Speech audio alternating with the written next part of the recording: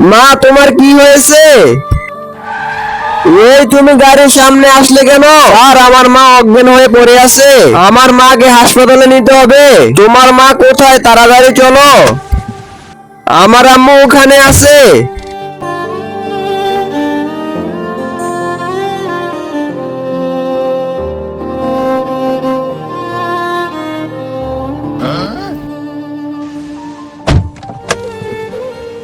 এই তুমি ওদেরকে গাড়িতে তুললে কেন?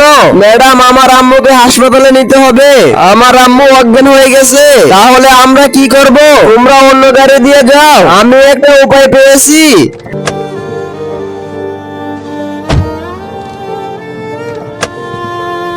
এই তুমি গাড়ি থেকে নামো। কেন? তা তোমাকে বলতে হবে। যাও, তোমার সাথে ব্রেকআপ। যা, তোর মতো গার্লফ্রেন্ড আমার দরকার নেই। ভালো লাগলে লাইক করে দিও।